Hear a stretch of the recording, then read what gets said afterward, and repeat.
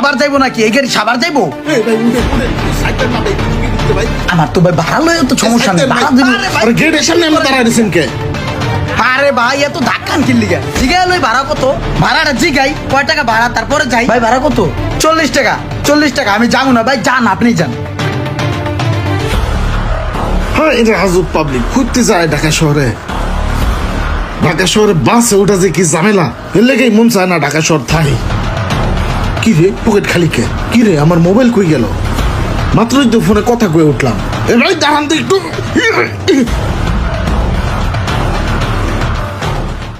কথাটা শেষ করে বাসে উঠলাম, তাহলে কি তখন ধাক্কা ধাক্কির সময় পকেট আমার মোবাইলটা লয়ে গেল গা? এই মোবাইলের মধ্যে আমার ব্যবসা বাণিজ্য সব জরুরি ডকুমেন্টস, আমার মায়ের ছবি, আমি যে এখন কি করবো?